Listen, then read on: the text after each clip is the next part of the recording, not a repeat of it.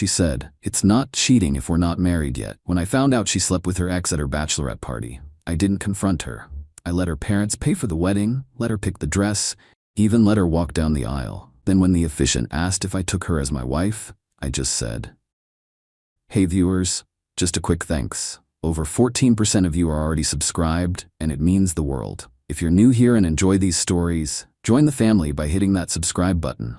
We're on the road to 10,000. I, 32 Jake, am writing this from my hotel room in Vegas. Still in my tux. Wedding was supposed to be yesterday. Keyword, supposed. Let me back up. 3 weeks ago, my fiancée Claire, 29F, went to Miami for her bachelorette party. Her sister Megan organized the whole thing. 5 days of clubs, beaches, and one last hurrah before settling down. I wasn't worried. Claire and I had been together 6 years, engaged for 1. She'd never given me reason to doubt her. Plus, her friends are pretty tame compared to the horror stories you hear about bachelorette parties. She came back Sunday evening glowing and relaxed, showed me pictures on her phone, beach shots, group dinners, some club photos, normal stuff. Did you have fun? Amazing time. I needed that. Monday, she went back to work.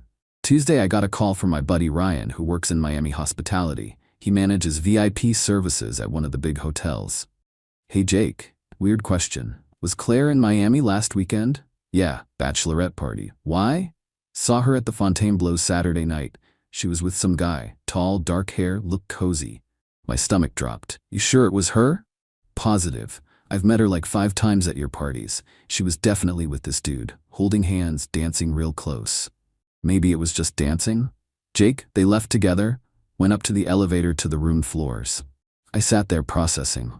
Ryan wouldn't lie about something like this. Did you recognize the guy? Never seen him before. That night, I casually asked Claire about Saturday. Oh, we hit a few clubs, danced until like 2 a.m. Super fun. Anyone interesting? Just us girls. Well, Megan's friend brought her boyfriend, but he mostly stayed at the bar. Straight lie. Ryan said she was with some random guy, not Megan's friend's boyfriend. Wednesday, I couldn't focus on work, kept thinking about it. Finally called Megan. Hey Megan, Claire said you guys had a blast in Miami. Oh yeah, total party weekend. She mentioned Saturday night was crazy. Saturday was definitely wild. We hit like 3 different places. Cool. She said some guy was bothering you all? Pause. What guy? She mentioned some dude was being persistent with the group. No, nothing like that. Why? Megan had no idea what I was talking about, which meant Claire had been with some guy, and Megan either didn't know or was covering. Thursday, I decided to do some digging. Claire always posts everything on social media, but her Miami posts were limited, just the group shots she'd shown me. I checked her friends' accounts, found Megan's Instagram. Lots of Miami content, but nothing from Saturday night. Friday night had tons of posts. Sunday brunch had posts. Saturday night was a black hole. Friday evening, Claire was being extra affectionate, making my favorite dinner, talking about how excited she was for the wedding. 2 weeks from today we'll be married. Can't wait. Jake, I love you so much. These past 6 years have been perfect. Perfect. While she was lying to my face about Miami. That weekend I made a decision. I wasn't going to confront her. Not yet. I wanted to know exactly what happened, and I wanted her to volunteer the truth. Plus, confronting her would just lead to more lies and manipulation. Better to have all the facts first. Monday, I called Ryan back and asked if he could help me understand what really happened. Look, I shouldn't be doing this, but you're a friend. Let me see what I can find out through the guest services system. I appreciate it, man. Wednesday, Ryan called back. Your girl was definitely with someone Saturday night. I checked our VIP guest logs. The guy she was with is Marcus Thompson from Atlanta. Registered guest, paid for bottle service at the club. My blood went cold. Marcus, Claire's ex-boyfriend from college. The one she dated for 2 years before we met. Are you sure about the name? Positive. He charged champagne and room service to his room around midnight. Expensive stuff. Room service? Yeah, for 2 people. Champagne and dessert. Then nothing on his account until Sunday morning when he checked out. 6 hours unaccounted for. She spent the night with her ex-boyfriend. Ryan, is there any way to know if this was planned? I did some digging through our reservation system. Marcus booked his room 3 weeks ago. Same weekend as your girl's bachelorette party. 3 weeks ago. Gets worse. He specifically requested our VIP club package, the one that includes access to all the places your girl's group went Saturday night. This wasn't coincidental. She'd been planning this for weeks. That evening, Claire was going through wedding seating charts. Should we put my college friends at table 6 or 7? Whatever you think is best. Marcus RSVP'd yes, by the way. The audacity. She was inviting the guy she'd cheated with to our wedding. Marcus Thompson? Yeah, from Atlanta. I told you he was coming. She hadn't told me. Another lie. Looking forward to seeing him. Oh, you'll love him. He's doing really well for himself. I bet he was. That night I made another decision. I wasn't canceling the wedding. I was gonna let her go through with the whole charade. Let her parents spend their money. Let her pick her dress and flowers and cake. Let her walk down that aisle thinking she'd gotten away with it. Then I'd destroy her at the altar. Update 1. 1 week before the wedding. The past week has been surreal. Planning a wedding while knowing your bride-to-be cheated on you with her ex. Claire's been in full wedding mode. Dress fittings, flower arrangements, last-minute vendor calls. Her parents flew in from Oregon and took over our spare bedroom. Her dad, Bill, pulled me aside Wednesday. Jake, I want you to know how happy we are to have you in the family. Claire's never been happier. Thanks, Bill. She means everything to me. The lies come easier now. Her mom, Susan, has been crying happy tears all week. My baby is getting married. I can't believe it. She's going to be a beautiful bride. Claire herself has been glowing, talking about our honeymoon, about the future, about how perfect everything is. Jake, this week has been magical. I feel so connected to you. Connected. That's the word. I know Miami was good for me. It reminded me how much I love what we have. Miami, where she spent the night with Marcus. Thursday, Marcus called me. Actually called me. Jake, looking forward to Saturday. Been too long since I've seen Claire. Should be a great party. She mentioned you're honeymooning in Italy. Sounds amazing. We're excited. Claire always talked about going to Italy back in college. Back when they were dating, when she was sleeping with him. Well, now she gets to go, with the right guy. The passive aggression was obvious. This dude thought he was clever. Friday night we had the rehearsal dinner. Claire looked beautiful. Her parents gave speeches about love and commitment and partnership. Marcus was there, tall, confident, kept catching Claire's eye across the room. She'd smile and look away. Playing innocent. During the best man speech, I watched them. Marcus raised his glass to her. She blushed. My best man, Tom, finished his speech. To Jake and Claire, may you always be honest with each other. Everyone drank, including Claire and Marcus. Honest, right? After dinner, people were mingling. I saw Claire and Marcus talking by the bar. Heads close together, her laughing at something he said. Tom noticed too. Who's that guy Claire's talking to? Her ex-boyfriend from college. Weird that he's here. Very weird. They seem friendly, very friendly. I didn't approach them, just watched. Marcus put his hand on her arm while talking. She didn't pull away. 20 minutes later, Claire came over. Having fun, babe? Great time. You and Marcus look like you were catching up. Oh yeah, just reminiscing about college. Nothing important. Nothing important, like spending the night together 3 weeks ago. Cool. Ready for tomorrow? I can't wait to marry you, Jake. The sincerity in her voice was almost believable. Update 2. Wedding day. Yesterday was the day. Started normal enough. Got ready with my groomsmen at the hotel. Claire was getting ready at her parents' suite with her bridesmaids. Text from her at 10 a.m. Can't wait to see you at the altar. Text back. Going to be perfect.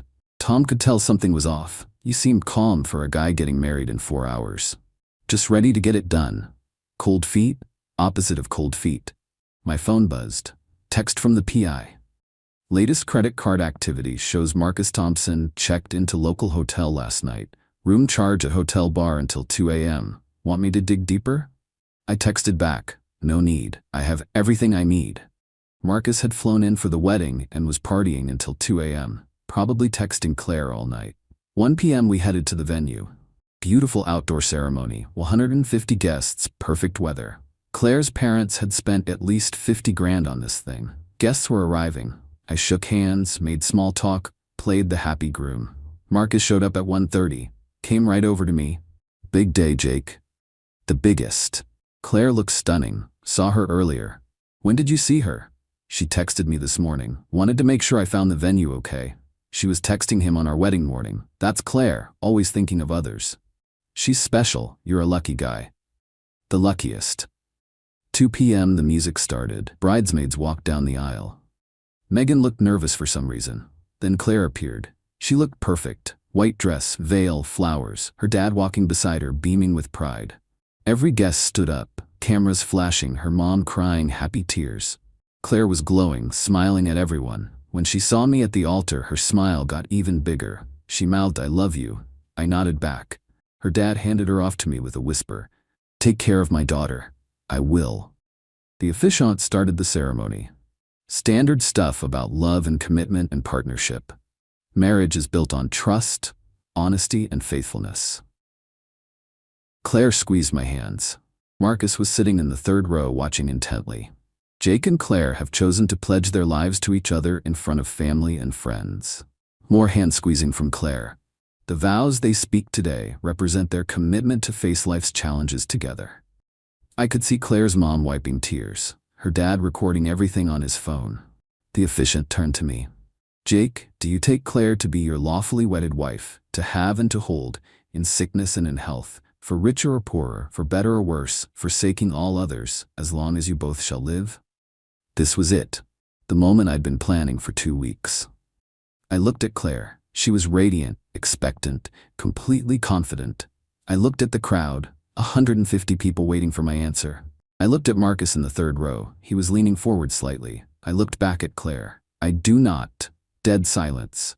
You could hear a pin drop. Claire's face went white. "What?" The officiant looked confused. "I'm sorry?" I said, "I do not." Gasps from the crowd. Claire's mom made a choking sound. "Jake, what are you doing?" Claire whispered. I pulled out my phone, opened the folder with all the PI's evidence. I'm not marrying someone who spent the night with her ex-boyfriend 3 weeks ago. More gasps. Claire's dad started standing up. "That's not." "Jake, you're confused." "Marcus Thompson, your college ex. Saturday night at the Fontainebleau while you told me you were with the girls." Claire went from white to red. "Jake, I can explain. You told me it wasn't cheating because we weren't married yet. Well, we're not married now either." I turned to the crowd. "Ladies and gentlemen, Claire spent her bachelorette party with her ex-boyfriend Marcus, who's sitting right there in row 3. When I found out, she said it wasn't cheating because we weren't married yet, so I figured I'd wait until we almost were." Marcus was trying to sink into his seat. People were turning to stare at him. Claire was crying now. "Jake, please, not like this." "Exactly like this, in front of everyone who came to celebrate your commitment and faithfulness." Her dad reached the altar. "Son, what's going on?" "Bill, your daughter spent the night with her college ex-boyfriend during her bachelorette party, then invited him to our wedding." Bill looked at Claire, then at Marcus, then back at Claire. "Claire? Daddy, it's not what it sounds like." "She was with him from midnight until Sunday morning, Bill. Room service for 2, champagne and dessert." Bill's face went through several emotions: confusion, anger, disappointment. "Is this true?" Claire was sobbing now. "It was a mistake. It didn't mean anything." "A night-long mistake?" The crowd was buzzing now. Half were recording on their phones. The other half were just staring in shock. Venue security started moving toward the altar, but I was already walking back down the aisle. "Jake, where are you going?" Tom called out. "Vegas. The room's already paid for." Final update, 48 hours later. Well, that was something. The aftermath at the venue was apparently legendary. I left right after my announcement, but Tom filled me in later. Claire completely melted down. Crying, screaming, begging people to stop recording. Her parents were mortified. Her mom locked herself in the bathroom for 20 minutes. Security had to escort Marcus out after several of my groomsmen confronted him. Not physically, but they made sure everyone got a good look at the guy who helped destroy a wedding. The venue coordinator was confused about whether to serve dinner. Claire's dad told them to go ahead. People need to eat. So 150 guests ate a reception dinner while Claire cried in the bridal suite. Her sister Megan apparently knew about Miami the whole time. She finally admitted Claire had called her panicking Sunday morning, begging her to cover for her. She said it was a mistake and you'd never find out. Claire's parents drove home to Oregon yesterday. Her dad called me before they left. Jake, I owe you an apology. If I had known what Claire did. You couldn't have known, Bill. She lied to everyone. The money for the wedding, I know it's gone, but don't worry about the money. Consider it a lesson learned. What she did was unforgivable. I agree. Claire's been blowing up my phone. Calls, texts, voicemails, all variations of the same theme. It was a mistake. It meant nothing. I love you, not him. We can work through this. Everyone makes mistakes. You humiliated me. That last one was my favorite. I humiliated her by exposing what she did. Marcus apparently got fired. His company has a morality clause, and someone sent them the wedding video. Sleeping with engaged women doesn't look good for their brand. As for me, I'm in Vegas living my best life. Took the honeymoon money and turned it into a guy's trip. Tom flew out yesterday. We're seeing shows, playing poker, enjoying the freedom. The revenge wasn't elaborate, but it was perfect. Claire got exactly what she deserved, public humiliation in front of everyone who mattered to her. Her family, friends, coworkers, everyone now knows she's a cheater. She wanted to have her cake and eat it too. Sleep with Marcus and marry me. Instead, she got exposed at the altar and lost everything. The best part? I didn't have to say much. Just told the truth at the worst possible moment for her. Sometimes timing is everything. She said it wasn't cheating because we weren't married yet. She was right. And now we never will be. Thanks for reading, Reddit. Time to hit the blackjack tables.